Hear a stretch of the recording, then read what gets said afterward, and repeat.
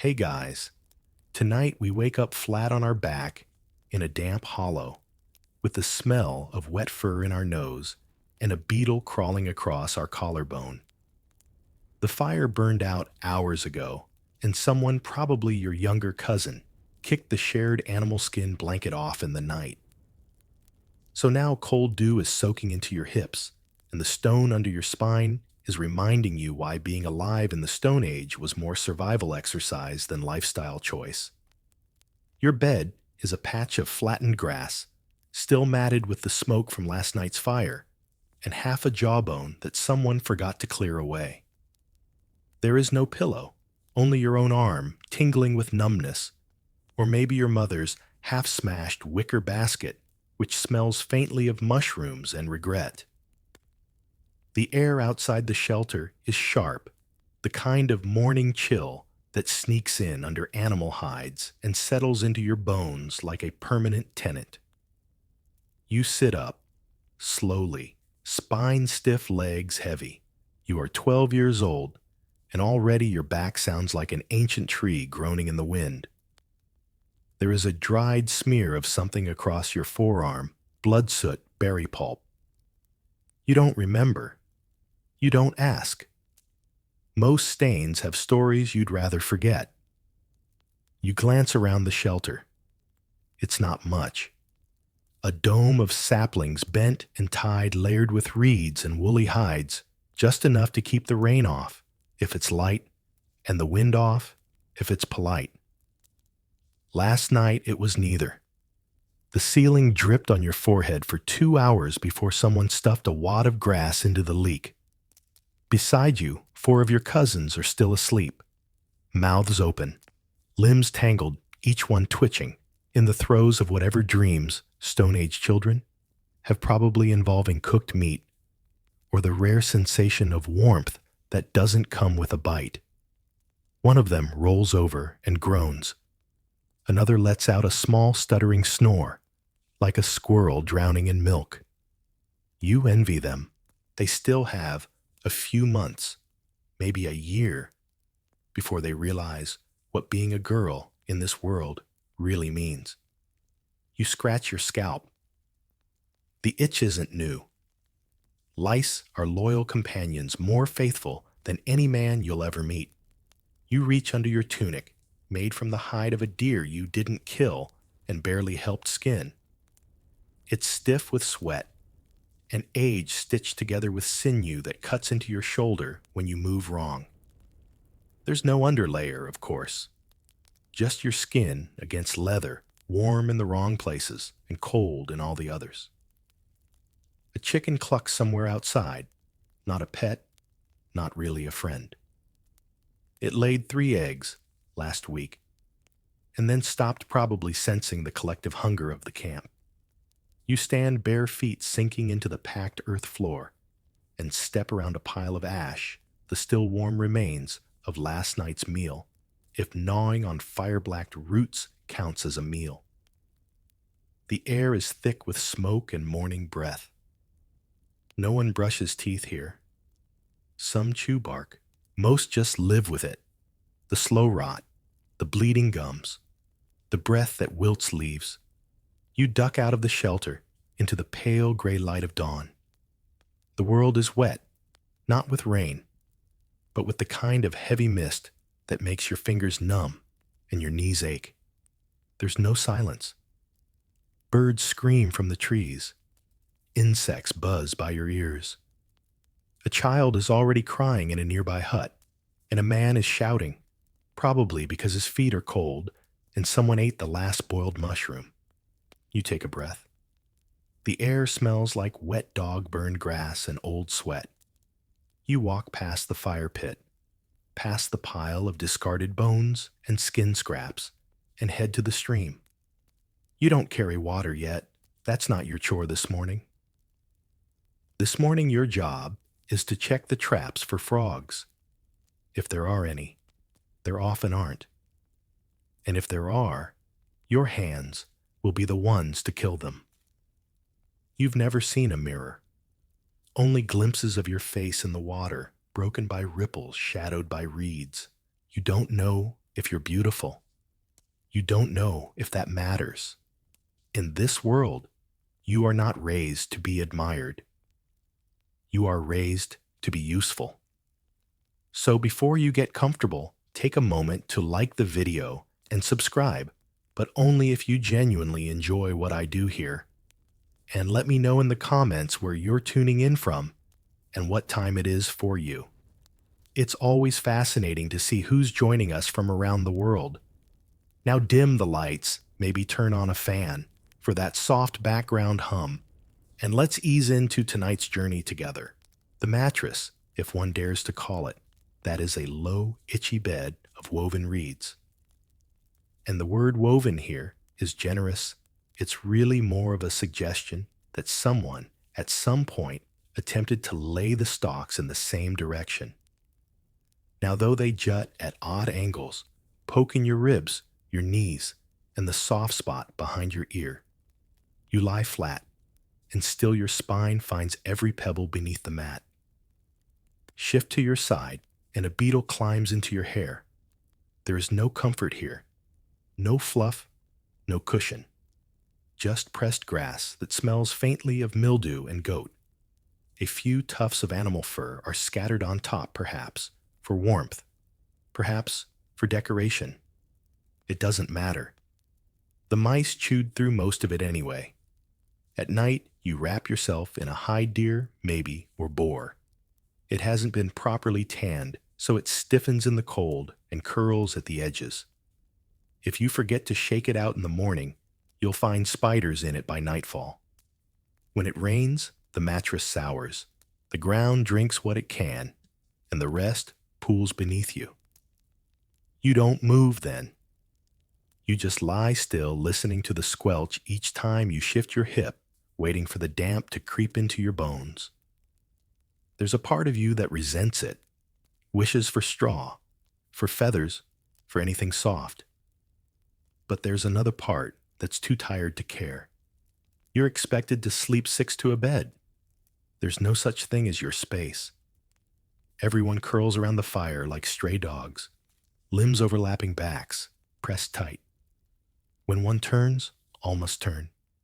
When one coughs, all wake. If someone snores, and they always do, it becomes part of the rhythm of the night. Occasionally, a child wets the bed. It's not their fault.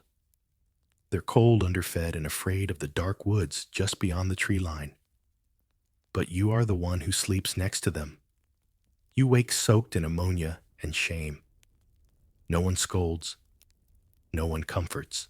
You just drag the mat to the stream and scrub it with cold water and bare hands until it's less horrible than it was.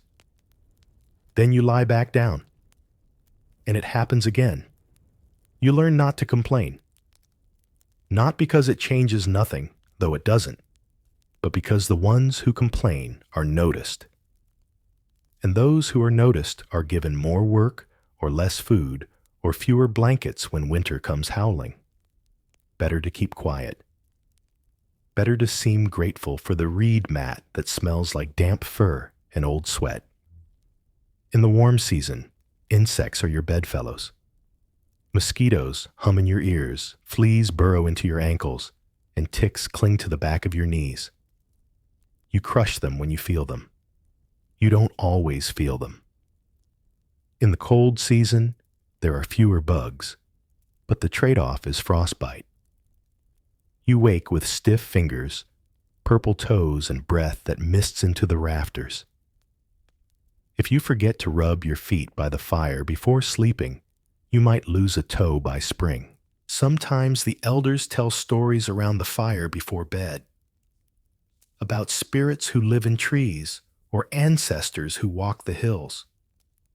You listen, not because you believe, but because the sound of another voice fills the empty places in your own. You rest your head on someone's shoulder. It doesn't matter whose. Warmth is warmth. And still, the mattress itches. Still the reeds press into your skin. You scratch absent-mindedly until a scab tears open and bleeds. Then you wrap a strip of hide around it and go to sleep anyway. Dreams, when they come, are not kind. You dream of falling into pits, of losing your fire, of wolves with too many eyes. You dream of running through mud while something chases you. And when you wake heart pounding, you stare at the fire's embers and remind yourself nothing out there is worse than what's already here. But sometimes, in the lull before dawn, there is quiet, real quiet. The kind that feels like the world itself has paused to breathe. You lie still. The air is cold. The fire is ash. But no one is crying or coughing or arguing. In that moment, you almost believe you could sleep. Not the half-sleep of alert animals, not the twitchy, shallow doze of someone ready to flee, but real sleep. The kind you've never truly known. And then, inevitably, someone shifts, or the baby whimpers, or the wind hisses through the reeds, and you are once again wide-eyed on your mat of misery, counting the hours until the sun rises, and someone demands you carry water. Again. So you pull the hide tighter, scratch at the new bites on your ankle, and whisper to yourself that maybe tonight will be different. Maybe tomorrow you'll find fresh reeds. Maybe next winter the smoke won't give you that cough. Maybe. But probably not. There is no such thing as underwear. Not in your life. Not in your mother's life. Not in anyone's life, unless some spirit deep in the forest is fashioning silken undergarments from spider thread and laughter which you doubt. Your only garment is a tunic, if you can call it that. A rectangle of hide hacked open at the top, and sides pulled over your head and cinched with a belt made of twisted gut. It's stiff in the morning, folded wrong and crusted with whatever you spilled, bled, or sat in yesterday. It smells. Of course it smells. Like smoked grease, unwashed skin, and sometimes fish. You no longer notice. Everyone smells. It's like trying to pick out one log in a forest. The hide scrapes your thighs when you walk. It rubs your neck raw. You adjust it often, not out of modesty, because modesty requires options, but to stop the seams from digging into places you'd rather not describe. When it rains, it soaks up water like a sponge. Then it hardens, and you spend an hour squatting by the fire pulling at it like bark from a tree just to get it soft enough to sit in. There is no linen. Not unless you're lucky enough to live near flax, and even luckier to have someone patient enough to beat soak-dry spin and weave it. And even then, linen is for the infant or the elder. Everyone else wears what used to breathe. Deer goat, sometimes rabbit, if you're small and unfortunate. Sewing is done with bone needles and threads made from tendons. The seams are uneven, crooked, scratchy. You remember the last tunic your aunt made. It had one armhole lower than the other, so your shoulder was exposed all winter. She fixed it with a patch of something vaguely hairy. Now you get stares from the boys, not because it's revealing, but because they think the hair came from a dog. You've worn the same tunic for 6 months, maybe longer.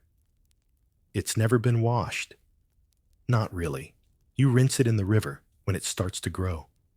Things beat it with a rock and hang it in the smokehouse to keep the bugs out. That helps. But now it smells like old meat and burnt moss. You once found a spider living in the fold near your hip. You let it stay. Companionship is scarce. There are no fasteners, no laces, no drawstrings. You use thorns as pins when things tear. Or you just leave them torn and pretend the breeze helps with cooling. Underneath, there is nothing. Just skin grit and the vague hope that no one looks too closely. When you sit, you do so carefully, cross-legged, ankles tucked. Every movement rehearsed to avoid flashing anyone who might take interest. The women taught you that young. You don't remember the lesson. You just know it's safer to move like you're always being watched. because sometimes you are. Children wear even less, just belts, with hanging bits of fabric or nothing at all. The boys run naked until their voices change. The girls, well, the girls are clothed the moment someone calls them woman, not for their own comfort, but for everyone else's. The cold bites worst at night. You curl up with knees to chest hands between thighs, trying to preserve whatever warmth your fire-grimed hide can trap. Wind sneaks in through every opening. You stuff moss between the belt and your waist. It helps. A little. But it scratches. And it itches. And it doesn't keep out the cold that creeps up from the ground into your bones and makes your dreams twitch with frost. The men sometimes boast about how little they wear in the winter, that their skin is thick, that they don't feel cold. You know better. You've seen them shiver behind the trees, teeth clenched, but no one calls them out. They're allowed to pretend. You are not. Sometimes a mother will pass down her old wrap, tattered but warm from years of smoke and wear. That's treasure. A second layer. An heirloom. You wore your grandmother's cloak once during a storm smelled like firewood berries and death. You never told anyone you cried inside it. And still, no matter how many layers, you are always exposed. To cold. To eyes. To dirt. There is no barrier between your skin and the world. No soft cotton to shield you. No silk to pretend you matter. Just hide, leather, or nothing. And the worst part, you grow used to it. So used to it that you forget what comfort might even feel like. Until you wrap yourself in dry furs, and for one brief moment, you exhale. And in that breath, you remember what it's like to not be braced for pain, just for a second. Then the wind shifts, and you brace again. Bathing is a ceremony of desperation, not a routine, not a luxury, not even a relief most of the time. Just something you eventually have to do because the itch becomes louder than the cold. There's no bathhouse, no tub, no soap. The nearest thing you have to a spa is the narrow stream half a mile from camp, and even that only counts if it hasn't frozen over or turned brown from runoff. You wait for a warm day, or more, realistically, a slightly less cold day, and then you go. Alone, if you're brave. In pairs, if you're smart. There are beasts in the woods, and things with teeth in the reeds. The water is not warm. It bites your skin the moment you step in, slicing up your shins, numbing your toes. You ease in, slowly gasping with each inch, until the water reaches your waist, and your breath no longer obeys your ribs. You crouch, dunk your head, and rise again, blinking water from your eyes and trying not to cry. Crying makes it worse. Salt stings. There's no soap. That word doesn't exist yet. You scrub with handfuls of sand, fine pebbles, bark slivers, or if you're lucky, soft moss. The sand works well enough. Rub it hard enough, and your skin turns red-hot raw. But it's clean, or what passes for clean, when your everyday perfume is sweat, smoke, and stew. You've heard of people using ash from the fire. It stings too, especially if you have scratches, which you do, always. Your arms are a landscape of tiny cuts, insect bites, burns from the cooking fire, scrapes from climbing trees, and once a mysterious rash that came and left without naming itself. The ash gets into everything. It makes you feel like a baked potato. Hair is its own ordeal. You comb it with your fingers slowly while muttering to the river gods for patience. If you have a comb, wooden brittle carved by someone with time and tenderness, you treasure it more than your dinner bowl. You use it rarely, too much, and the teeth break. Then it's just another stick, You find lice. You always find lice. You squish them between your fingernails and flick them into the stream. You check behind your ears. You dig at the crown of your skull. Then you do it again and again. And still, you'll find more tomorrow. You wash your tunic too, though not often. Only when it starts to crawl or stiffen into its own shape. You kneel in the stream, beat the hide against a flat rock, watch the river darken with months of sweat and stew. Then you squeeze it out, haul it home and drape it near the fire to dry, where it hardens into something that feels more bark than clothing. You wear it anyway. In winter, there is no washing. The stream freezes. The air cuts. You go months without rinsing your skin. You rub yourself with dry moss scratch, with a stick fan smoke into your sleeves, hoping it masks the smell. It doesn't. But it reminds you of fire, and fire is something like safety. When your moon blood comes, you wash more often if you can. You use folded moss, bundled grass, sometimes a scrap of rabbit pelt. You bury the used ones behind the thorn bushes with a little whisper to the ground not to tell. Everyone knows. No one speaks of it, but the smell gives you away. So you wash. Privacy is a myth. Even here at the stream, you glance over your shoulder. Always. Sometimes a boy lingers too long downstream. Sometimes a man appears and says nothing. Just watches the trees and waits for you to finish. You learn not to flinch. You learn to scrub fast. You learn to leave early. And yet, sometimes, the water sparkles. Just for a moment. The sun catches the ripples. A frog chirps. A breeze lifts your hair off your neck. You run your hand through the water, and it feels kind. You close your eyes, and for a heartbeat, you are not a body full of duties and grime. You are just skin and breath and moving water. Then your name is called shouted from the edge of the trees. Someone needs you. Of course they do. You step out, dripping shivering bits of bark clinging to your knees. You grab your hide wrap still damp and sling it over your shoulders. It sticks. You shiver again. Bathing is over. Until the itch returns. Your teeth hurt. Not today. Not suddenly. Just always. A slow, dull ache that lives in the jaw and hums like a quiet drum. Some days you forget it's there. Other days it blooms into something sharp when you chew too hard or bite the wrong root. There are no mirrors, but you felt the shape of your teeth with your tongue. One is chipped. Another is loose. One in the back split months ago, and now catches threads of meat and grit when you eat. There is no dentist. No herbs for pain. No one swishes salt water unless they've given up and want to scream. You chew bark sometimes when the ache pulses into your eye sockets.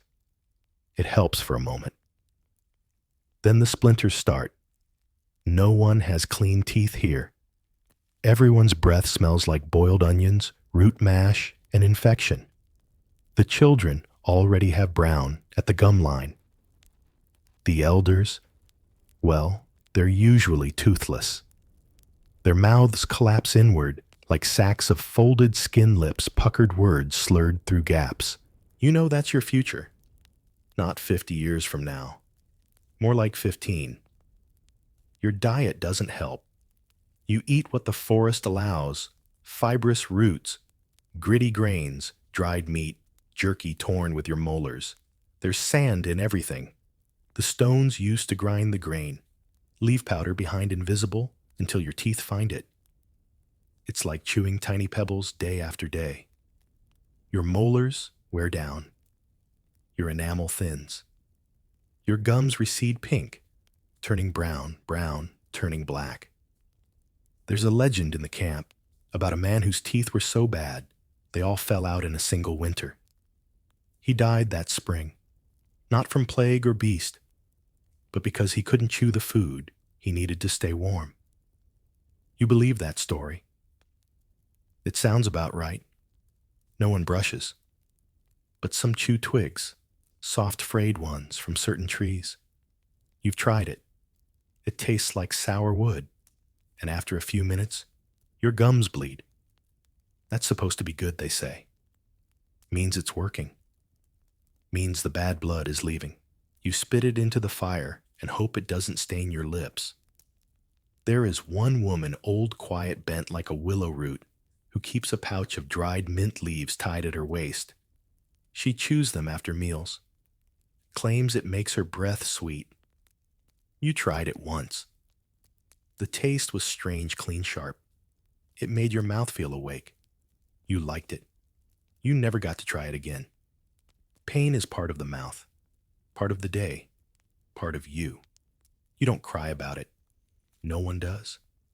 When someone clutches their jaw and moans, people look away. They know what comes next. First the swelling, then the fever, then the silence. And if they're lucky, someone gives them a drink laced with fermented berries before the end. You worry most about the hole, the one in your back molar. You can feel it with your tongue, small, sharp-edged, deep. You don't remember when it started. You just know it's growing.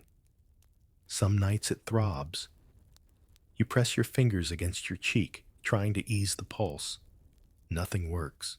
You've thought about digging it out. With a thorn, with a rock, with your own fingernail.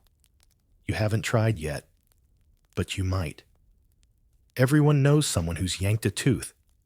They don't talk about it much. It's not a brave story. It's not a victory. Just another shadow in the cave of survival. If it happens, it happens. No one helps. No one watches. Sometimes you dream of teeth falling from your mouth one by one, soft and white like shells. You dream of them dropping into the dirt, of you picking them up, trying to shove them back in your gums, too soft, your fingers too slow. You wake with your hand in your mouth, heart pounding. You check. They're still there. For now. And so, you chew carefully. You eat slowly. You rub your jaw when the ache grows heavy. You avoid nuts. You spit out stones. You watch the elders and count their missing teeth. And you wonder how long you have left before soup becomes your only food and pain becomes your only company. Your teeth hurt, but you're still here. For now, the fire smokes more than it burns. You crouch low eyes, stinging nose running, as you try to coax the damp kindling into something resembling warmth. There's no chimney, of course, just a hole in the roof that works only when the wind is polite. Today the wind is not polite. It shoves the smoke back down into your face, into your tunic, into your lungs. You cough, wave a hand, and blow gently on the embers. The flames sputter. You blow again. This is the third time this week you've had to restart it because someone used green wood or forgot to cover the bundle from last night's frost. Smoke curls around your head like a lazy spirit, stinging your eyes until you weep without emotion. You're not the only one by the hearth. 3 children press in on your right one, with a finger in her nose, the others poking the ash with sticks. On your left, your aunt grumbles as she sharpens a bone awl with a piece of flint, muttering about her ruined stew pot. It's not really a pot. It's a cracked bowl, blackened from years of use. But it's all you've got. Your job this morning is stew. Again, it's always stew, or what aspires to be stew. There's a stone bowl, a pile of roots, and a few scraps of dried meat that taste like smoked bark. You drop everything into the pot, add water, from the jug you fetched before sunrise, and wait for the heat to do its slow magic. Cooking, in theory, should be comforting. Warmth food, a center to gather around. In reality, it's crouching for hours beside a sputtering flame, breathing smoke, and pretending the root you just peeled doesn't have a worm in it. You throw it in anyway. No one will notice. Worms are protein. You have no salt, no spices, no oil. You crush a few bitter leaves between your fingers and toss them in for flavor. The taste, once it's done, will be a combination of mud ash and disappointment. But it will be hot. That's the most you can hope for. Your hands are already blistered from the last time the soup boiled over. You'd used a strip of bark to lift the pot. It cracked. Boiling broth splashed down your wrist, scalding you through your hide sleeve. You still have the welt shiny and red like a snake shedding skin. The children whine that they're hungry. You shush them, not out of cruelty, but because if they cry too loudly, the men will notice and ask why you aren't done. And there is no explaining the pace of fire to men who don't sit beside it. Sometimes when the meat runs out, you boil bones. Just bones. You crack them with stones, scrape out what marrow remains, and drop them into the pot. You simmer it for hours, hoping something nutritious leaks out. You call it soup, but really it's just hot water with a story. If the fire goes out, it's your fault. Even if someone knocked it over or let the wind in, you're the one who must tend it. That's your duty. You tend the fire, the food, the children, the sick. You keep the smoke rising. And when the smoke stops, so do you. Once a hawk swooped down and snatched a piece of rabbit right out of the bowl. The children screamed. The men laughed. You were blamed. You learned that day to cook under a woven mat of sticks and hide hunched over like a question mark, daring the world to try again. There's no bread, no grains today. You used the last of the crushed acorns yesterday, and the next batch won't be ready until someone gathers more and leaches the bitterness out of them. That takes time. Days. Time no one gives you. So it's stew. Always stew. Always smoke. Always ash on your clothes and your hair under your nails. But every now and then, when the fire finally catches just right, when the water bubbles gently, instead of raging up your arms, when the roots soften and the meat doesn't smell too sour, there is a moment, a small one. Someone tastes it, says nothing, just nods. You feel it then, a flicker of pride buried beneath layers of soot and exhaustion. And then it's gone. You hand out the bowls. You scrape the last bit from the bottom for yourself. You sit in silence, sipping, blinking away the smoke, the steam, and the day. And then someone says, "It's your turn to fetch more water." Of course it is. You are always either pregnant nursing or carrying someone else's child. There's no stretch of life when your body belongs only to you. Childhood ends the moment you can walk 2 miles barefoot without crying. Adulthood begins when the first child is pressed into your arms, squirming, wailing, and not necessarily yours. You don't remember how old you were the first time you were told to hush a baby. Probably 5, maybe younger. It didn't matter that you were a child. Your arms worked. Your ears still heard crying. That made you eligible. The babies don't stop coming. They arrive in every hut, every month it seems. Some make it, some don't. No one talks much about the ones that don't. There's a quiet protocol rap. Them gently bury them shallow speak, a prayer made of half-remembered sounds. Then eat something because grief doesn't excuse hunger. The ones who live need constant tending. Their mothers, your sisters, your aunts, sometimes your own mother again, are always busy, gathering, cooking, healing, bending. So you carry the babies, on your hip, on your back, in a sling made from a stretched-out tunic with holes at the seams. They cry, they drool, they chew on your fingers with swollen gums and toothless jaws. You wipe their noses with your sleeve, and their sickness becomes your sickness, their warmth your burden, their life your job. By the time you're 12, the village no longer hands you other people's babies, because now they're waiting for your own. There's no ceremony, no candle, no smile, just a look exchange between your mother and someone else's father. Maybe a whisper about goats or a useful stone axe. Then a new blanket is laid beside your sleeping mat, and one night you're told to go lie beside it. What follows isn't love. It's not even interest. It's obligation. A transaction. An arrangement made by people who stopped believing in choice generations ago.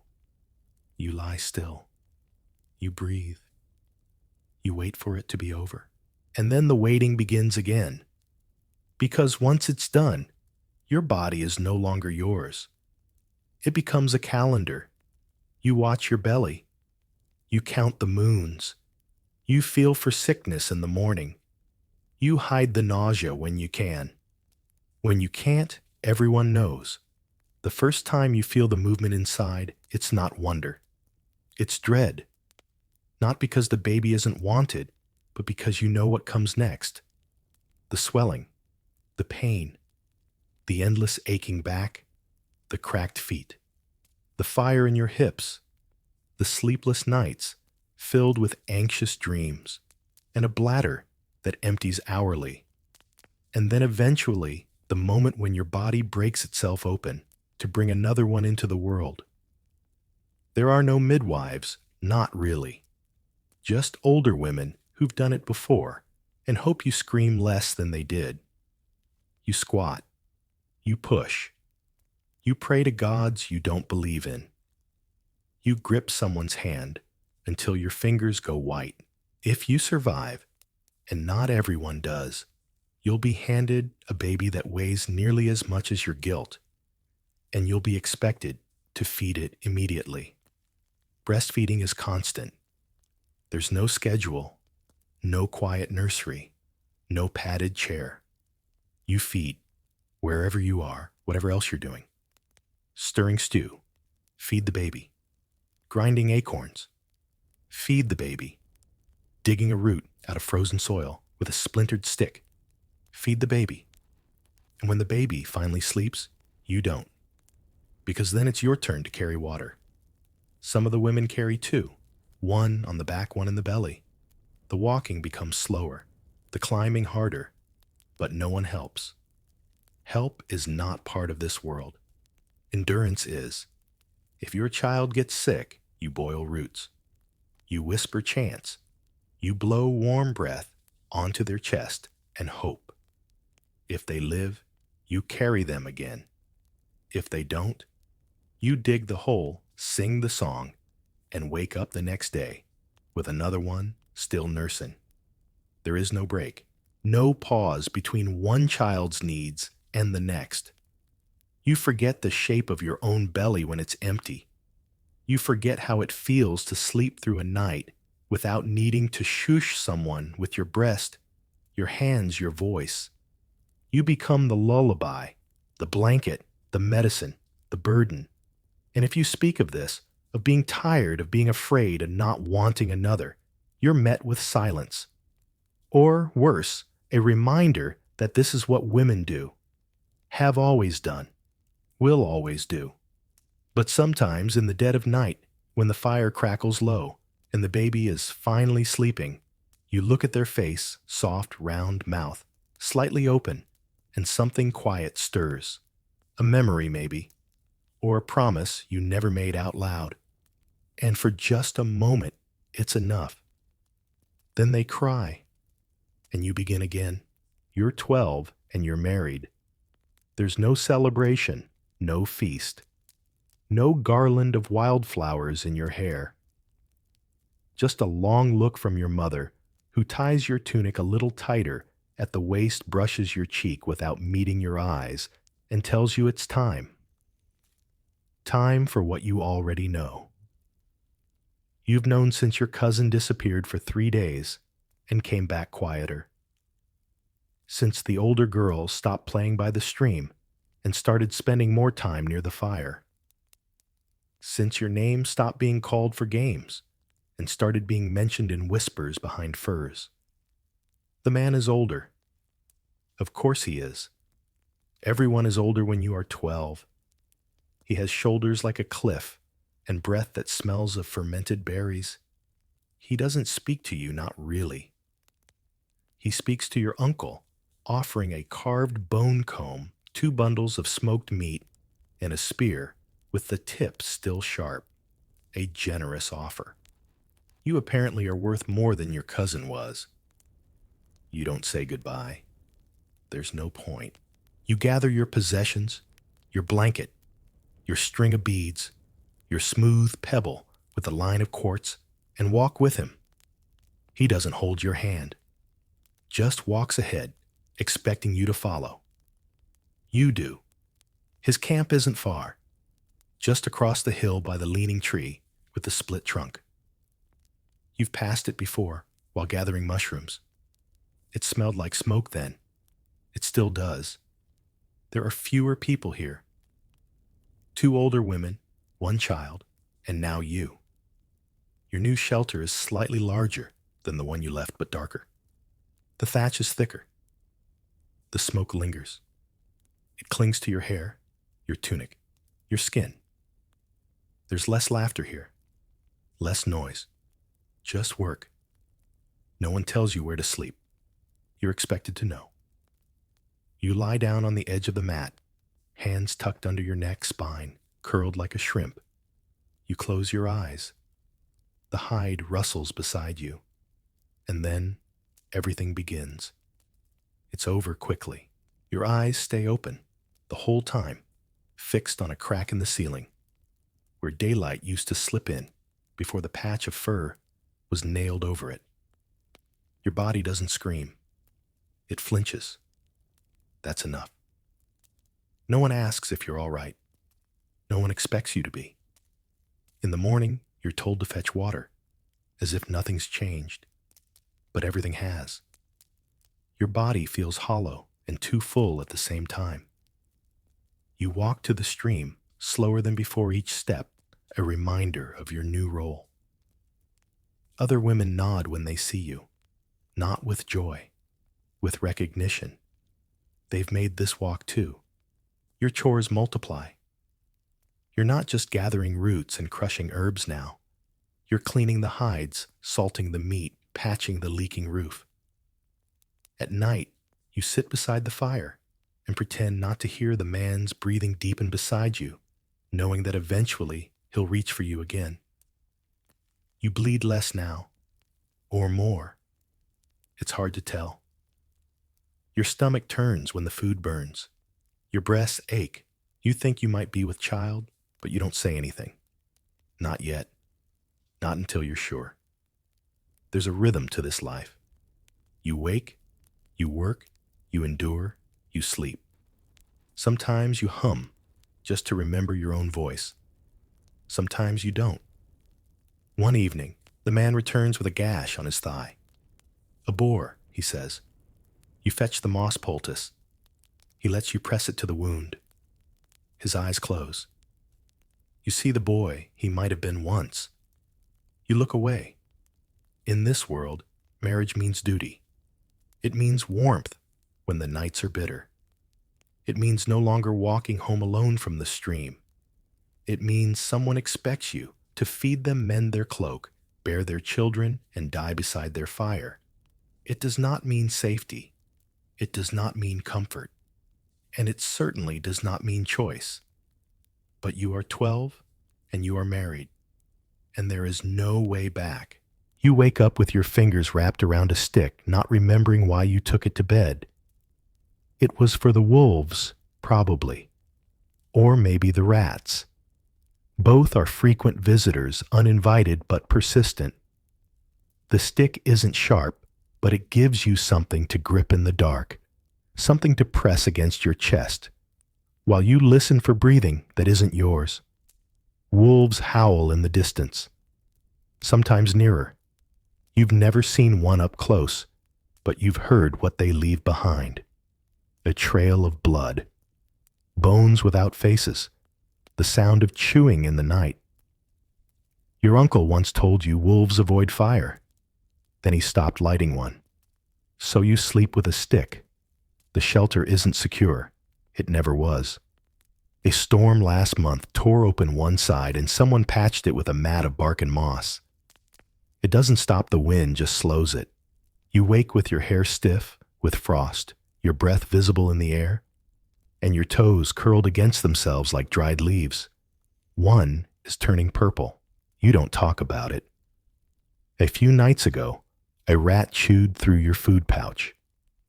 Not for the grain, it was empty, but for the skin itself. You found the pouch in the morning, frayed and damp. You wondered if it had climbed over you in the dark, sniffed your mouth, considered your eyelids. Probably. You've seen rats bolder than men. There's no door, just a flap. Sometimes you wedge a stone in front of it, not to keep things out, but to hear if they come in. When it shifts, you wake, always. It's how you learned that snakes make no sound at all. Rain is the worst. It seeps. Through the roof, through the walls, through your blanket. You press your feet to your belly, wrap your arms around your knees, and pretend it's just a stream passing through. But the water soaks your tunic puddles in the hollow of your hips and leaves behind a stink that doesn't wash out. One time, you tried to sleep in the tree.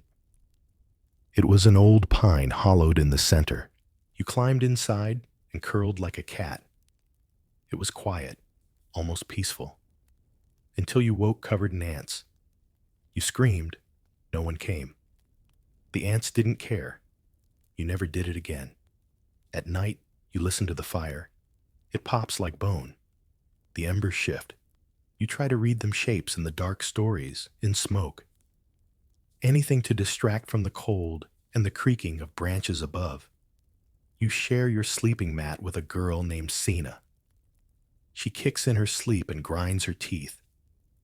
But she's warm. And when she shivers, you press closer. You don't speak. You just breathe together, matching rhythms, pretending it's summer. Sometimes someone wanders off in the night. You wake up, and there's an empty space where warmth should be. In the morning, no one mentions it. If they return, they're welcomed with silence and a bowl of broth. If they don't, a new mat is laid out and filled by dusk. You've heard stories of things in the forest that aren't animals. Shadows that don't follow light, eyes that blink sideways, voices that repeat your own words. You don't believe them. But still, you never sleep facing the trees. You lie on your back, hands crossed, stick at your side, tunic pulled to your chin. You stare at the roof and count your breaths. One for each star you can't see. One for each toe you still have. And when the wind moans through the cracks and the shelter creaks and something thumps in the underbrush, you close your eyes and whisper the one truth everyone in the camp knows. The darkness is not empty. It's just waiting its turn. There's no such thing as rest. The day after childbirth, you're up before sunrise, tugging kindling from the fire pit, with hands that still ache from gripping the earth. Your body leaks. Your back buckles. Your hips haven't forgiven you. But the firewood is wet again, and the baby won't stop whimpering unless she's pressed against your skin, and someone has to chew the root mash before the stew thickens. No one says you shouldn't be working. No one offers help. Work doesn't pause for blood or pain or loss. Work is what keeps you from being seen as weak. And being seen as weak means someone else makes your choices for you. You rise slowly, every part of your body stiff, every joint swollen like river stones left out in frost. Your belly is soft and tender empty now, but not truly. It still holds a ghost of pressure, as if the child is only temporarily away curled beside you instead of inside. You tie your tunic tighter, not for shape, but to keep your core from folding.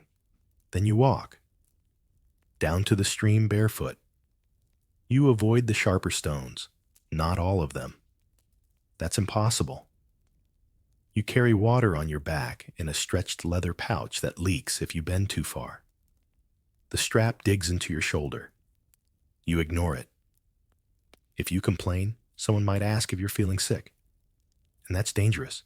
Sickness makes you useless. And useless people don't stay long. When you return, the fire is nearly gone out. You kneel. Blow. Feed it twigs. Add bark. Nurse it like the baby on your other arm. The smoke rises. Your eyes sting. You cry, but only because of the smoke. Someone hands you a bundle of reeds. Time to weave. It's for mats, or baskets, or insulation. Doesn't matter. You pluck the dry ones, line them up, begin to twist and braid. Your fingers are calloused, but the cuts find new skin to open. The blood dots the reeds. You turn them over and keep going. The baby cries. You rock with your foot while you work. The baby sleeps. You stop rocking. It wakes.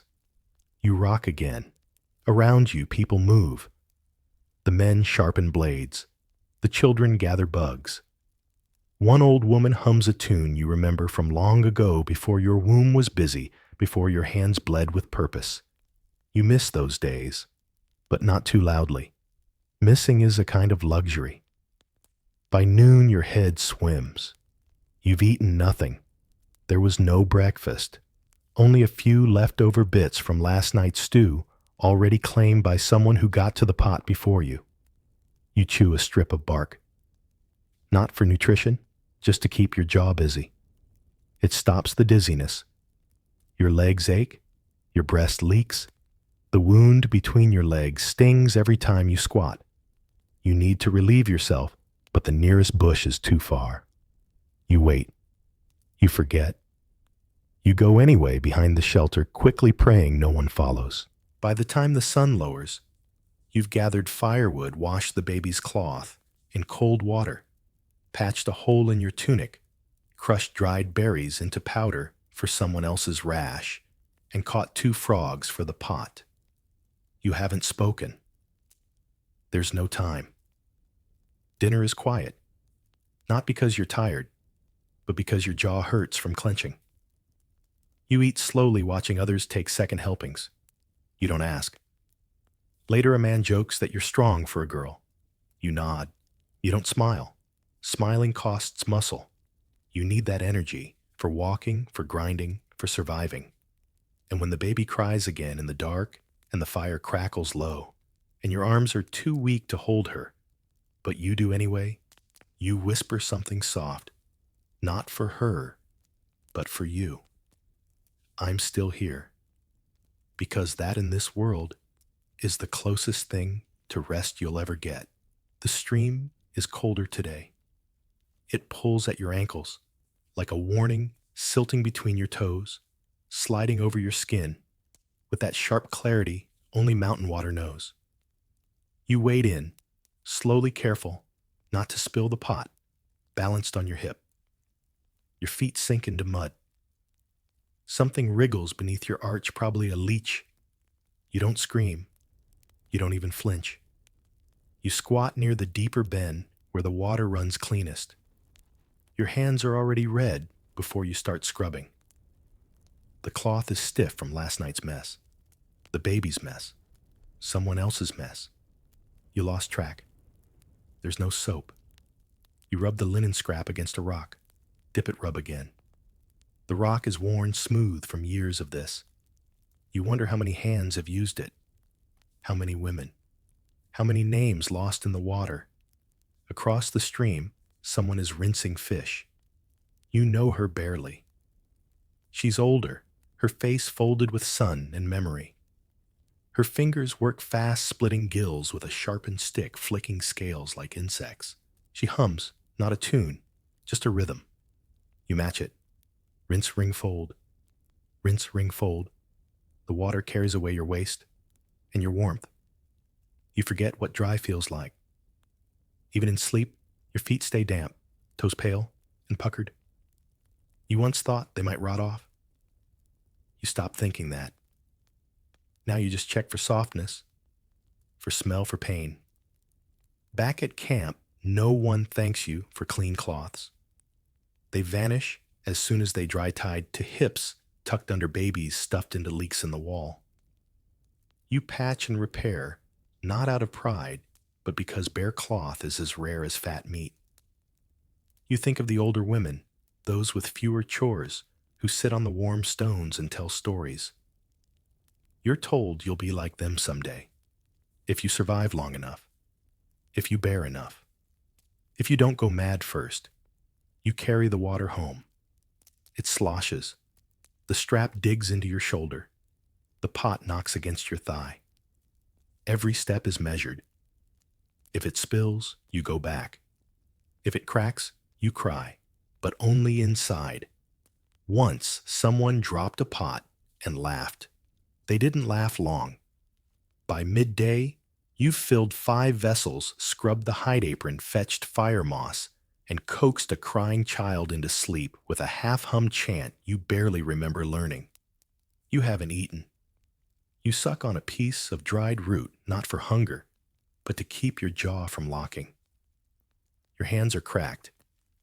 The knuckles bleed a little, like they always do when the cold returns. You flex them open, then closed. The joints click. It's a familiar sound now, your own bones complaining. Later, someone spills stew on your woven mat. They walk away. You clean it. Not because you were told, but because it will mold otherwise. And mold means sickness.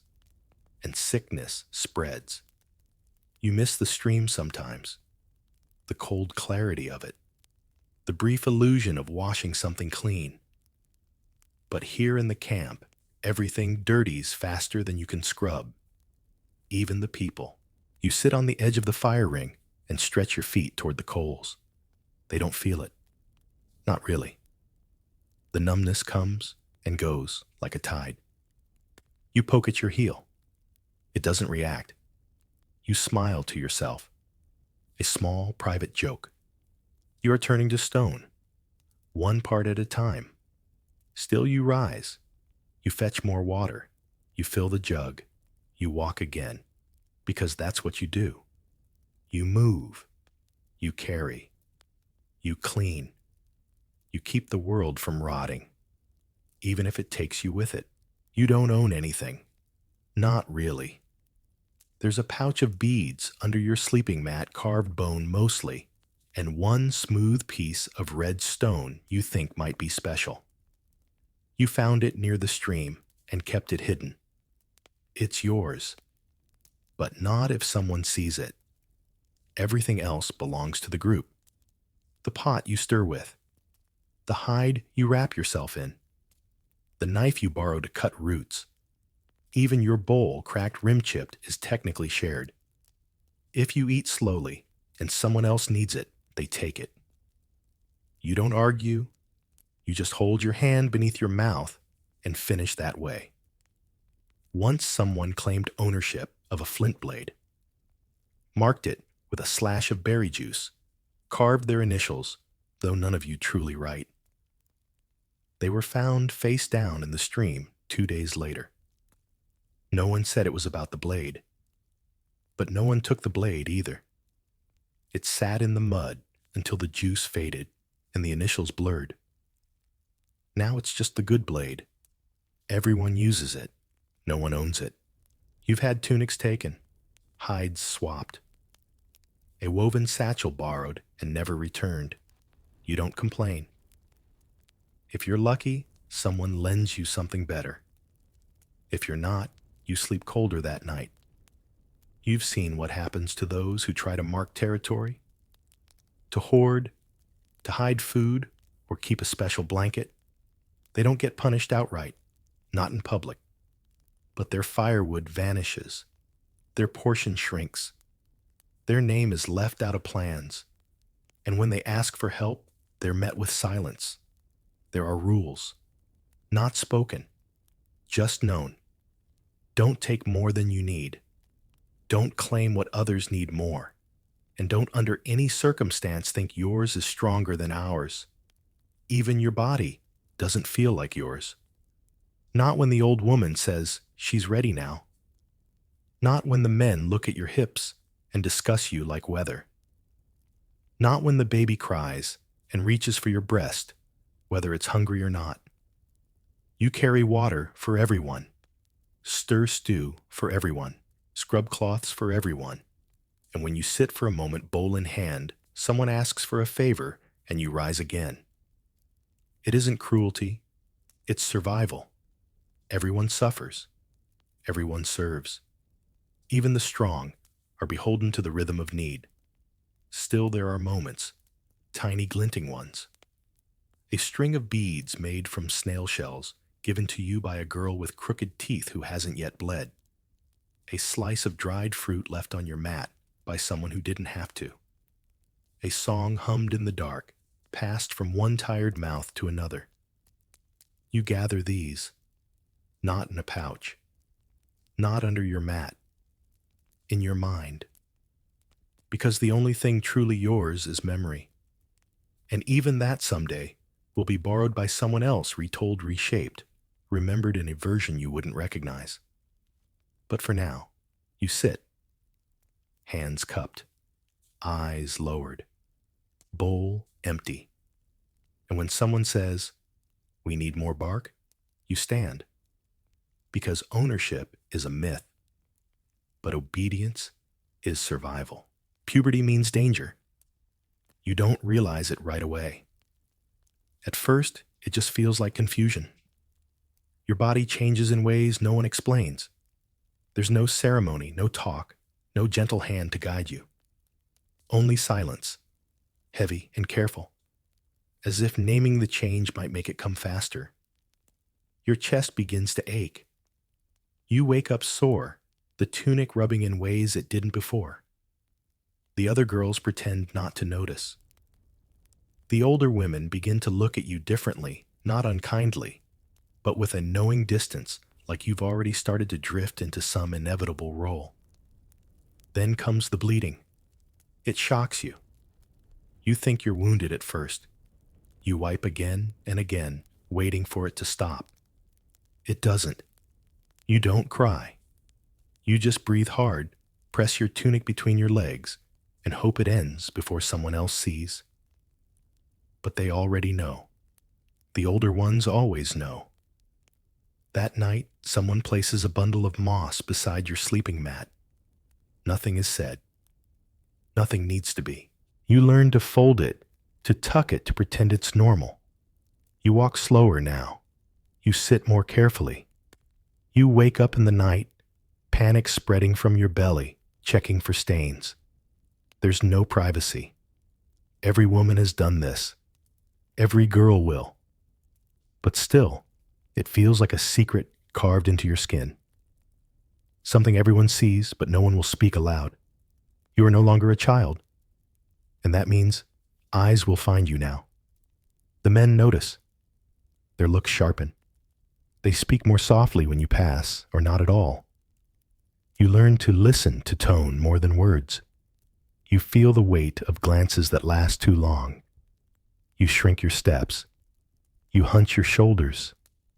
You learn to disappear, even while standing in full view. You don't play anymore. You don't swim with the younger ones. You keep your tunic dry and close. You bind yourself tighter with a strip of cloth. Not to hide, but to delay. As if modesty could rewind time. Your tasks increase. You're given more to carry. You help the women with difficult births now. You fetch herbs when someone's fever spikes. You sit with the elders and learn which berries kill and which ones cure. They teach you not with kindness, but with urgency. You're old enough now to be useful, and that is what matters. At night, your dreams shift. They fill with images you don't understand, pulses of fear and fragments of memory. You wake sweaty breath caught in your throat. You turn to the wall and close your eyes again, praying for dreamless dark. One morning, your name is said in a different way, not called, claimed. The women fall quiet. Someone takes your wrist. You know where you're being led before your feet move. You do not cry. Not here. Not yet. Your mother looks away. The man is older. He smells of smoke and meat. His hands are cracked like tree bark. He says nothing, just watches you while the others talk. Your stomach turns. You nod at the right moment. You accept the gift of beads. You leave with him at dusk. Puberty isn't just about blood. It's about barter. You are no longer just a daughter. You are now a trade, a womb, a promise. And promises must be kept, even if no one asks what you want. Even if the only voice you have now is the one that whispers in your chest while your mouth stays closed. You're told you're lucky, that some girls bled too early, that some didn't survive their first child, that at least you've been chosen, that this is the way of things, and you nod, because the alternative is worse. Because to survive here, you must move forward, even if each step is a betrayal of the girl you used to be. So you tighten the cloth, you wipe the blood, you tie your hair back, and walk the path carved out for you by centuries of silent women. Because in the Stone Age, when a girl becomes a woman, she becomes something they can use. Hunger doesn't arrive as a growl.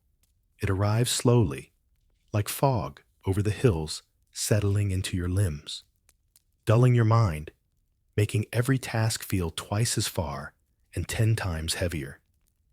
You notice it first when the stew tastes thinner, when the roots are smaller, when the children chew longer before swallowing, not because they're savoring, but because they're stalling. The men come back from the hunt with nothing but apologies and fresh bruises. You say nothing. You're not surprised. The winter deer are gone. The birds have moved on. Even the rabbits have become ghosts. So now it's bark tubers and old dried scraps boiled again and again until they barely hold shape. But someone must eat first, and it isn't you. The hunters, cold proud, always just a little louder than necessary, sit closest to the fire. They get the meat if there's any. They sip the broth first. You hand it to them with both hands, eyes lowered, because that's what's expected. Gratitude is dangerous when misplaced. Your turn comes last. You pick at the edges of the pot, scraping what the others left behind. Sometimes you find a chunk of marrow, sometimes just sludge. Once you swallowed a pebble by mistake and didn't realize until the pain started. The children fare only slightly better. If they cry loudly enough, they might earn a bite. But your child, your baby, has already learned not to wail. She just stares now. Her eyes are too big for her face. You pretend not to notice. You chew slowly, always slowly, not to enjoy, but to trick your body, to stretch the moment when your belly realizes it's been fooled. Your dreams change in famine. You dream of chewing a roasted bird leg soft and dripping, or a loaf of bread warm and spongy. You wake with your mouth open, biting air.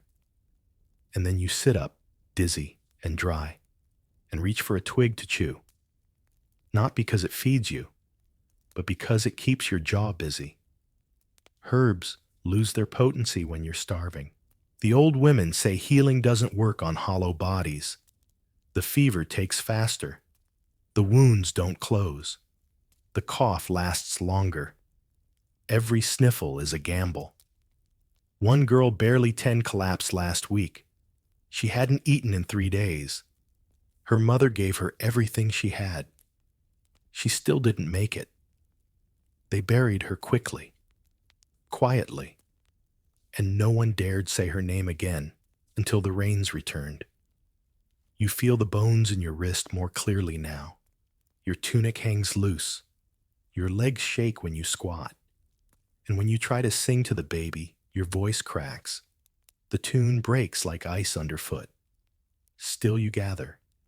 You dig. You peel the bitter roots that stain your fingers black. You know which ones need to be soaked to avoid the cramps.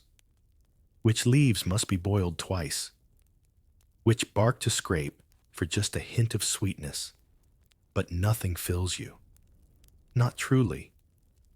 Not when the bowl is passed down the circle and there's only enough for 5. Not when the eyes around the fire burn with equal parts need and shame. So you eat what no one else will. The scraps, the husks, the burnt edges, the broth after the broth, the bones after the marrow is gone. You chew them anyway. You suck the ends. You pray they hold something, anything, and you never complain. Because complaining makes you a target. And in famine, targets don't last. You tuck your baby in tighter, press her hand to your chest where the milk is thin and slow. She whimpers. You rock her, and then you close your eyes. And you dream of bread. Rain doesn't fall, it invades. It slips through cracks in the shelter roof, crawls down the bark walls, seeps into the earth beneath your mat, until you're sleeping in something more like soup than soil. At first, you try to ignore it. You shift your weight. You curl tighter. You fold your tunic under your thigh to preserve the last dry corner. But by dawn, the mat squelches. Everything smells of mildew and fur. Not the warm animal kind, no. This is the rank rot of forgotten blankets, of wet leather, of hair that hasn't dried in days. You cough before you speak. Everyone does. It's how the morning begins now. The fire is dead again. The ashes are too wet. You scrape and poke and blow until your face is black with soot and your patience is thinner than the hide patching the roof. If someone else breathes too close, you snap. Not loudly. Just a look. Just a motion of your shoulder. Enough to say not now. Food spoils fast in wet weather.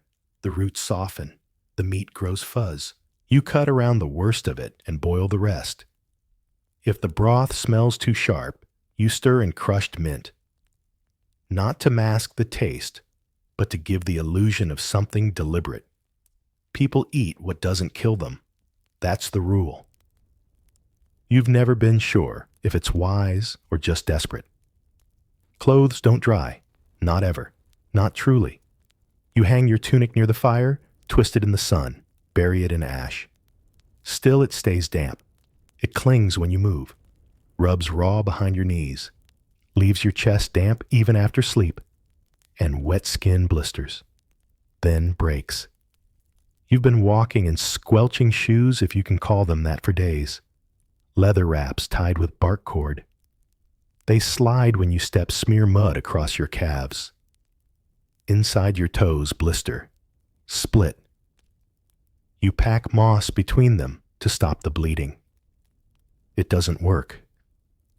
Nothing really does. Your child is sick now. Of course she is. They all are. The damp invites it. The little ones cough at night, short, weak, watery coughs that sound like surrender. You hold her against your chest skin to skin breathing heat into her spine. You pray she keeps breathing, just until the next fire. Rain means no gathering, no drying, no sun to warm your back as you crush herbs or hang fish. Everything sags. Everything softens. Even you. The men grumble. They blame the roof, the wood, the women. One yells that someone took his dry cloak. He doesn't ask if it was needed, only that it's gone. The old woman tells a story of a flood that came years ago. Swept away a whole camp, she says. Children vanished. Tents floated down the hills like leaves. She chuckles like it's funny. Maybe it is. You're too tired to know. You dig trenches with a spoon-shaped rock, one on each side of the shelter. You pile up bark in a pathetic attempt to channel the water. It helps for an hour. Then the wind changes. Everything collapses inward, even sound. The rain isn't loud, but constant, like teeth grinding, like breath, just before a scream. You start to hum, just to give your ears something else. The baby moans. You sway. And still, the roof drips. You press a bowl beneath the worst leak. It fills in an hour. You empty it. Place it again. This becomes your new rhythm. Forget the sun. Forget time. Measure the days by how fast the water collects. At night, your dreams shift again. You're floating, or falling, or crawling up a hill of soaked earth that slides beneath your fingers. You wake with your jaw clenched and your tongue dry. It's still raining. No one says how long it will last. No one says anything at all anymore. But you keep moving, keep tending, keep pressing your baby's hand to your chest like an anchor, because the water hasn't taken you yet, but it's waiting. You stop bleeding. Not because the moon has shifted, not because a child is growing inside. No, this time it just stops. At first, you think it's a blessing. One less burden, one less cloth to wash, one less secret to tuck under your tunic when you squat behind the bushes. But then your belly does not swell. Your breasts do not ache. Your skin doesn't flush warm in the early light like it used to. You are simply dry. The old women know. They glance at you differently now. Not with pity, there's no room for that, but with quiet recognition. One nods once, not unkindly, and says nothing. That's all it takes. You have crossed a line. In other places, at other times, it might be called freedom. But here, in the damp edge of survival, you are no longer useful in the way that matters most. The children you birthed still pull at your skirt, still cry into your tunic, still wake you at night with wet eyes and warm foreheads. But no new ones will come. And that in this place, in this life, changes everything. The tasks don't stop. They shift. You are asked to watch the fire longer now, to carry messages between shelters, to teach the younger girls how to bind their cloth with moss and reed. You notice how they look at you, curious, cautious, as if you were once something they'll become but no longer are. You don't feel old, but your knees ache more now when you crouch to peel bark. Your back stiffens when you sleep curled around the baby. You stand slower, speak less. Your breath hitches when you climb the stream path. Your hands crack in the cold and take longer to close. You've seen others reach this point and lose themselves. They sit longer near the fire eyes, glazed mumbling chants. Only they remember. Some wander. Some grow sharp their words like bone splinters. Some simply fade, still moving, still cooking, still weaving, but no longer there. You do not want to fade. So you begin to remember, purposefully. You whisper the names of those who came before. You repeat stories to the children, stories you swore you'd never tell because they once felt too close to sorrow. Now they are shields. You hum the birthing songs. You show the girls how to line their tunics with ash when the blood won't stop. You remind them to hold warm stones against their belly before sleep. And when one of them looks at you with wide, frightened eyes after her first moon comes, you hold her hand longer than necessary. She doesn't pull away. The men barely look at you now, not because they are cruel, not even because they forget, but because they are trained not to waste notice. Their attention goes where it is needed, where it might produce meat, or children, or comfort.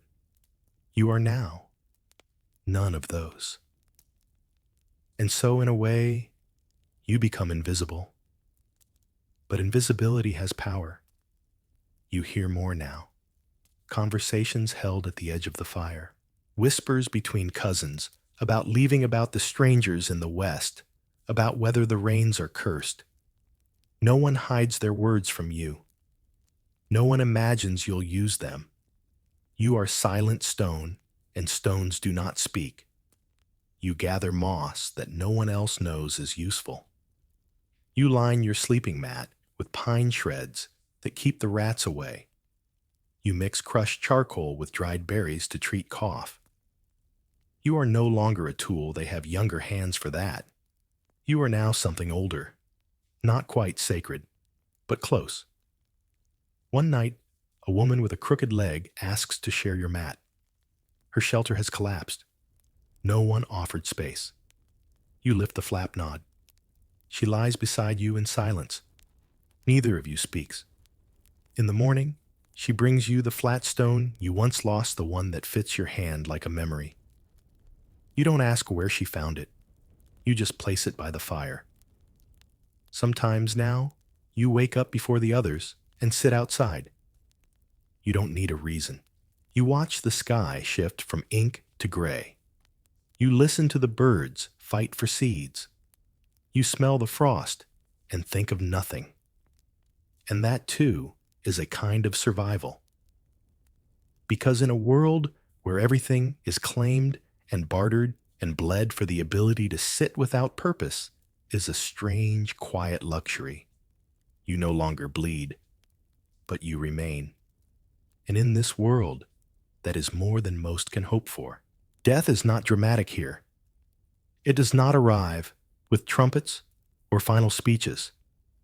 It comes in silence on soft feet, during the in-between hours just before dawn, or while the stew is cooling, or as the fire flickers low. You could walk past it and not know. Sometimes people do. You've seen it up close, more than once. The baby who stopped crying and never started again. The elder who went to sleep curled beside the hearth and turned stiff by morning. The hunter whose leg wound festered, swelled, and stilled his breathing within 3 days. No screams, no ceremony. There are no grave markers, no stones, no mounds, no names etched into anything. Just a spot behind the ridge where the trees lean toward one another and the moss is always damp. That's where they dig. Not too deep. The ground is stubborn there. You helped once. A small boy. Feverish. He had a laugh that made even the bark of the forest feel soft. When he stopped laughing, everyone knew. The body was light, easier to carry than the memory. They wrapped him in bark, tied with gut string. You held one corner hand steady. You didn't cry. The tears would have frozen anyway. The burial is brief. A low chant, a pressed hand, a returned step, and then life continues. Because it must. Grief is not forbidden, but it's inefficient. No one tells you not to mourn, only that the stew won't stir itself, that the fire won't gather wood, that the rats don't wait for you to finish weeping before they find the meat. So mourning becomes a private act, a clutched bead, a scar scratched into a stick, a lullaby hummed longer than needed just to hold the sound. Some mark their arms with soot, a thin line. It fades in days. But while it lasts, others know to speak softly, to sit closer. No one fears death, but everyone avoids it. You avoid the old man's shelter now. He hasn't stood in 2 days. His cough is deeper. The woman who shares his mat hums less. You brought him broth this morning and left it at the edge. He didn't touch it. Still he may recover. People sometimes do. The fire finds their fever, the herbs find their lungs, and they wake angry to be alive. That too is common. But when they don't, there is no priest, no final blessing, just the knowledge that space has opened. Death means a new mat, a shared bowl, a portion redistributed. You try not to think about your own end, but sometimes while feeding the child, you wonder what will happen if you fall ill. Who will hold her? Who will wrap you? Whether your stone will be stepped on by the next person who needs to gather firewood. And in those moments, you do not fear death. You fear being forgotten. But then she cries, or giggles, or presses her cold fingers against your cheek, and the thought drifts away like steam. You cannot stop death. You cannot escape it. You can only stay ahead of it, one step at a time, one breath at a time, one bowl of broth at a time, until the day you don't. And when that happens, when your body finally gives in, and your mat is cold, and the fire burns without you, someone will lift your wrist, find it still, and say nothing. They will dig. They will wrap. They will remember you for a while. And then they won't. Fire is everything. It is warmth, yes, but more than that, it is safety signal sustenance. Without fire, your shelter is only sticks. Your meals are only rot. Your night is not darkness, but danger. You were taught young how to keep it alive, not start it. That's another lesson, another trust, but to tend. To feed it with bark, coax it with breath, read its moods. Fire sulks when starved, roars when overfed, dies if ignored. You treat it like a child you're afraid to lose. Mornings begin with embers, not flames, never flames. You kneel cold and stiff, coaxing the ash back into breath. A dry puff of moss, a twist of dried reed, a flake of bark, thin as skin. You blow. Soft at first, then longer. The spark wakes. When the first flame curls, you watch it like a miracle. And then you feed it carefully. Small sticks, then larger. Not too fast. Fire can choke too. You sit beside it until the smoke clears, until the heat finds your cheeks, until others notice and begin drifting near bowls and hand-eyes still fogged with sleep. You share the warmth, but you watch the logs. No one else tends like you do. Sometimes a younger girl is asked to help. She adds wet wood. The fire sputters. You bite your tongue. When she walks away, you fix it, not out of pride, but because you remember the night the fire went out completely. It was 2 winters ago. A storm had come, the kind with wind that speaks like ancestors and water that knocks on your shelter like fists. The flame vanished while everyone slept. No coals, no embers, nothing but damp blackness. You spent the next day without warmth. No food, no dry cloth. The oldest woman whispered stories to keep the children from crying. That night, a runner was sent to the next camp. It took 2 days for fire to return. You've never forgotten. Now you keep a tiny coal wrapped in dry moss, tucked in a bowl near your side, even while sleeping. Just in case. Fire cooks your food, not well, but better than raw. The bitter roots soften. The scraps become stew. The smell fills the air and makes empty bellies ache louder. Fire also hides the smell of illness, of death, of blood. You've seen flames burn cloth, too stained to wash bones, too broken to bury. Fire makes things disappear, but it also brings eyes. At night, the glow can be seen from far away. It invites things human and not. Sometimes you hear rustling in the trees, footsteps that stop when the fire is fed too high. The older men stay awake, then blades on their knees, ears tuned. You tend low flames on those nights, just enough to warm the sleeping, just enough to say, we are here, but we are not careless. There's a reverence to fire, not worship, but near. You've seen offerings placed beside it, a perfect stone, a sprig of green, a carved figure. Sometimes they're burned, sometimes not. No one explains why. You learn by watching. Children learn quickly not to play with fire. The first burn teaches.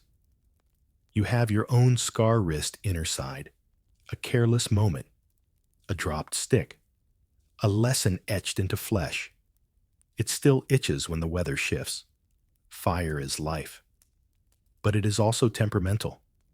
You've lost count of the times the wood was too wet, the wind too strong, the spark too weak. You curse it quietly under your breath. Then you try again, because without it, the rats come closer. The stew turns sour. The shadows press in, and your child grows cold. So you blow on the coal. You guard it like breath. You whisper into the dark, and you keep the fire alive, even when no one else remembers how close death sits without it. You stop measuring days. There is no calendar, no names for the weeks, no ceremony when a season shifts, only new chores, new aches, new things to fear. Time passes in smoke patterns and bone piles in the way your child's legs no longer curl when she sleeps. You mark time with loss. When the brown dog vanished into the woods and didn't come back. When the quiet girl stopped singing. When the sky turned red and the men didn't return for 3 days. Or you mark it by wear, when your tunic needed a new patch, when the fire bowl cracked, when the beads in your pouch lost their shine. The bone comb is half its original size. Your knuckles are twice theirs. You once tried to count your age. It became exhausting. You know you are no longer a girl. You know you are not yet the oldest. That's enough. Instead, you measure in moments of silence. Long walks to the stream when no one joins. Time spent alone by the bark wall weaving. The pauses between coughs from your sleeping child. These are the minutes you notice now. Others ask what day it is only when something must be remembered, when the rains should come, when a child is expected, when the hunter was meant to return. And even then, the answer is uncertain. 3 fires ago. 2 storms before now. When the moon was smaller. The moon becomes your only real clock. You look for it every night when the clouds allow. You've seen it full and thin, red and bright half hidden, tipped like a bowl. Each version carries a meaning, though no one agrees on what. Some fear the dark moon, others find comfort in it. You remember a time when you tried to track it, scratching lines into bark-marking pebbles. That effort lasted only a few months. One storm took your count, another your will. Now you keep time by scars. The one on your arm from the fire, the one on your ankle from the thorn root, the healed tear from birth. Each tells you where you've been, if not when. Children age fastest. That's how you know time passes. They rise taller. They ask harder questions.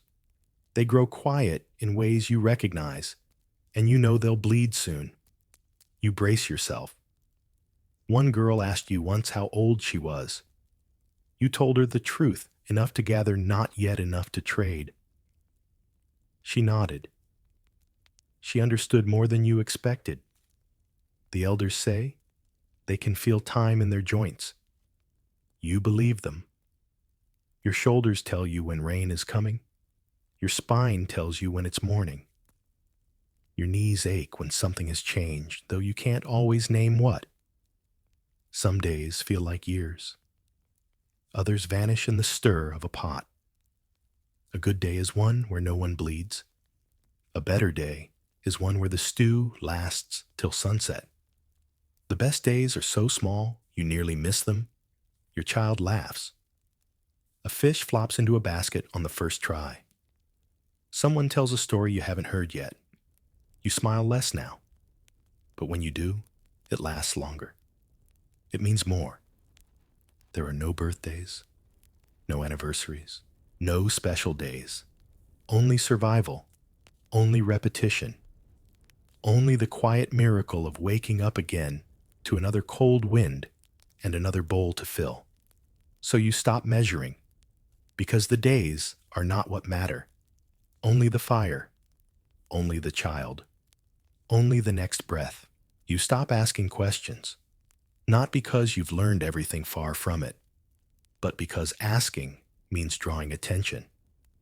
And attention is dangerous. It means someone might remember what you said, might repeat it, might misunderstand it.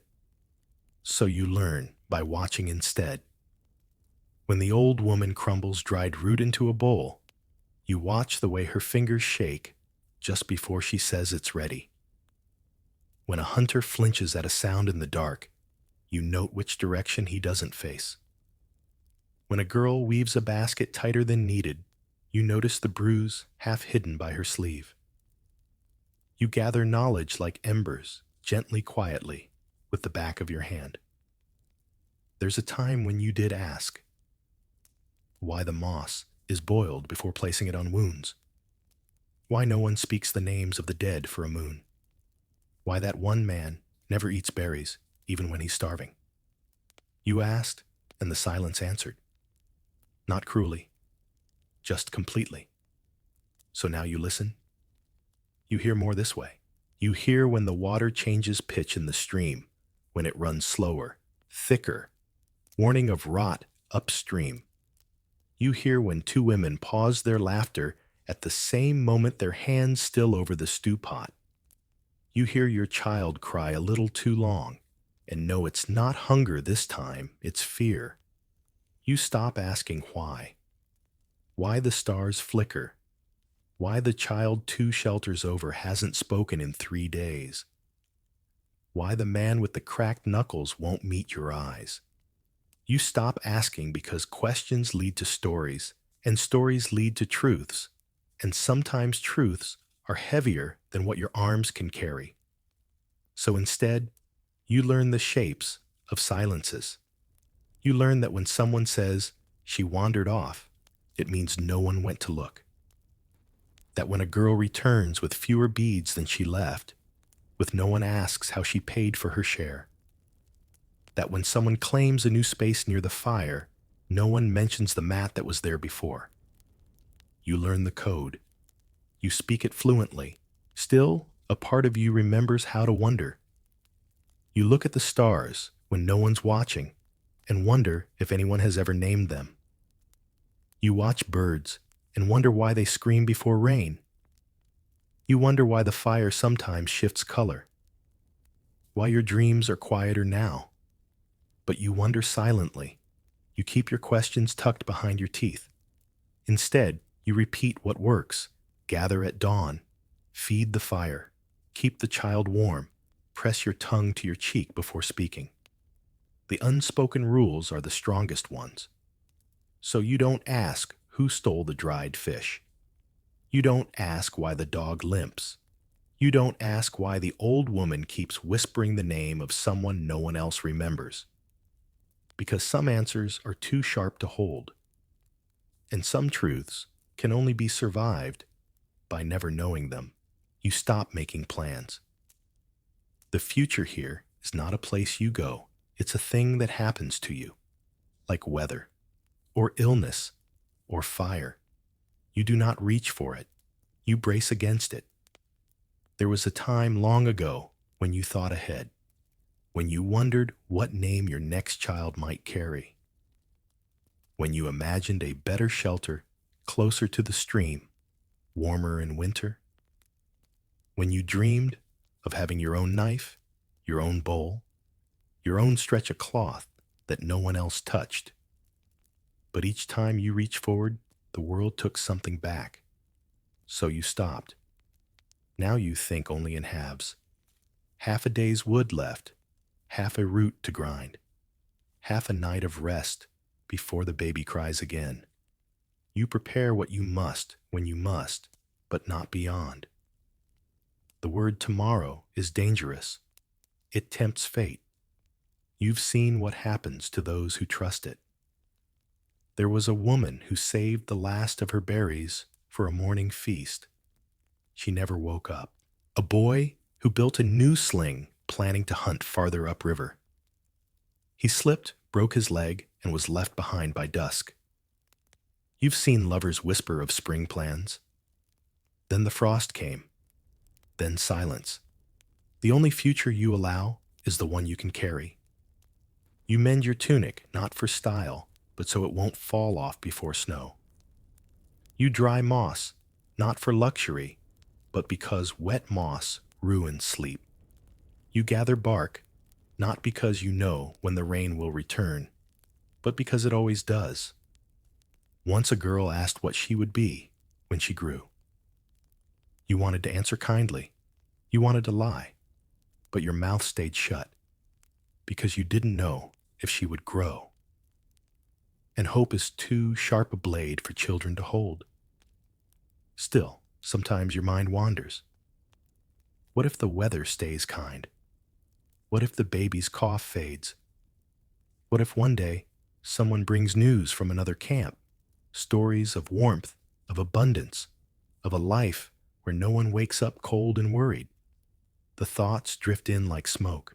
You don't invite them, but they come, so you let them pass, because planning is a form of luxury, and luxury in your world is the same as weakness. You stay in the moment, not out of peace, but necessity. You slice roots. You clean the mat. You hum the same song again and again, not because it comforts, but because it works. The future waits like a wolf in the trees, watching, breathing. You keep your eyes on the fire, and you do not move until you must. You stop needing names. At first they mattered. Your name was whispered when you were born, repeated in chants, sung by your mother while she swayed by the fire. It was tied to warmth, to touch, to being known. But time has chipped at it. Now, it is spoken only when someone must find you. When there is a chore, a request, a need. It no longer wraps you in meaning. It simply locates you, like a rock or a bowl. And even that fades. Most days, you are her. That one. The woman with the scar. The mother of the loud child. Your name floats behind you like smoke noticed, but no longer needed. You stop asking others' names too, not out of coldness, but because they shift too often. There was a boy, once barely 6 winters, who changed names 3 times before his voice broke. Each new name, a gift or a joke or a wish. When he died, no one agreed what to carve on the bone token they buried with him, so they left it blank. That felt truer. The oldest among you have names no one dares speak aloud, not because they are revered, but because they've seen too much. Their names are like old roots, twisted half-buried, dangerous to disturb. New ones are named with hope, but quietly, a whisper by the fire, a soft hum while nursing. You've heard names vanish as quickly as they were given. A cough, a fall, a silence. The name slips into the ash before anyone has time to remember it. So you call your child whatever fits in the moment. Little bird, stick legs, mud nose. She responds. She smiles. It's enough. Because names are like promises. And in this world, promises are brittle. There's freedom in it, though. To walk through the camp and not need to say your name aloud. To be known by your hands, your pace, your silence. To be understood by the way you tie your hair, by the curve of your back, by the rhythm of your work. Sometimes, the wrong name is used for you. You don't correct them. What matters is not what you are called, but that you are called at all. One day someone may say, "Where's the woman who makes the bark flower?" Or has anyone seen the mother with the quiet eyes? And someone will point, and you will raise your hand. And that will be enough. Names come and go, but your fire still burns. Your hands still work. You are still here. You stop feeling clean, not just the dirt. That's constant under your nails, behind your ears, pressed into the creases of your palms. You stopped scrubbing for brightness a long time ago. Now you scrub, just to shift the grime, to keep the skin from hardening like bark. It's deeper than that. The unclean feeling. It's the smoke that never leaves your hair, no matter how far from the fire you sleep. It's the blood that stains your thighs during moons and births and everything in between. It's the stew you spilled 2 nights ago that still lingers on your tunic, sour and sticky. It's the way people touch you when they need something, or want something, or simply don't think to ask. Their hands leave prints that don't fade. The stream offers no help. It is cold and fast, and the mud near the edge is always waiting to swallow your feet. You dunk your head sometimes, eyes closed, hoping for a new feeling. It never comes. Only shivers. Only the slow, crawling numbness that says, yes, you're still alive, but only just.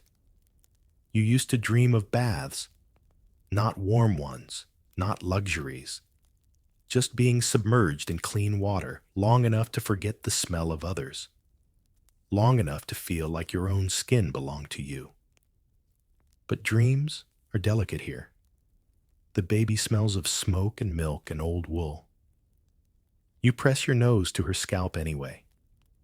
She is the closest thing to purity you remember. You stroke her cheek with fingers that feel rough even to yourself. The blankets are never truly dry. The moss under your mat never truly clean. Your body never truly yours. You grow used to it. You stop flinching at filth. You stop noticing the grease on your own chin. You stop reacting when your nails turn black or your armpits grow warm and sour. Everyone smells. Everyone stains. There are no mirrors here, no polished bronze, no quiet pond still enough to show you. Only vague reflections in muddy water. You catch a glimpse sometimes, a blur of a woman hunched over wet hair clinging to her neck, dark crescents under her eyes. You don't look long. Clean is not an option. It is a memory. A story the elders sometimes tell about rivers that ran sweet about rain, that didn't sting the skin, about clothes so fresh they crackled in the wind. You listen. You smile. But you do not believe them. Instead, you scrape your teeth with a stick. You rub your arms with ash. You hang your tunic in smoke and call it enough. And when your child reaches for you, burying her nose in your neck without hesitation, you let her. Because if she doesn't mind, maybe that's clean enough. So here you are, still breathing, still cold, still tired, but not gone. You've lived through moon after moon, of hunger, of blood, of smoke. Your mat is still in its place by the wall.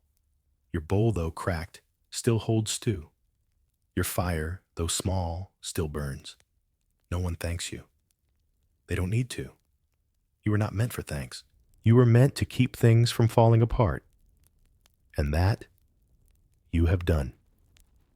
The baby's fingers curl around yours as she sleeps. Her breath is damp against your collarbone. Someone snores nearby, soft and broken like the wind against loose bark. The fire pops once low and tired. And outside, the night holds its breath. You don't know what tomorrow will bring. A hunt maybe, a storm, another cough, another name gone quiet, or maybe, just maybe, another fire to tend, another story to half hear, another quiet hour where no one bleeds and the pot simmers and the baby does not cry. For now, that is enough. Your eyes grow heavy, your arms still sore, loosen their grip. You rest your cheek against the moss-stuffed mat. It's damp. Of course it is. But tonight, it feels almost warm. And somewhere out beyond the trees, An owl calls, the fire sighs, and the dark no longer presses so close. You have made it through another day. Not clean, not proud, not safe. But here, and in the Stone Age, that is the greatest triumph of all.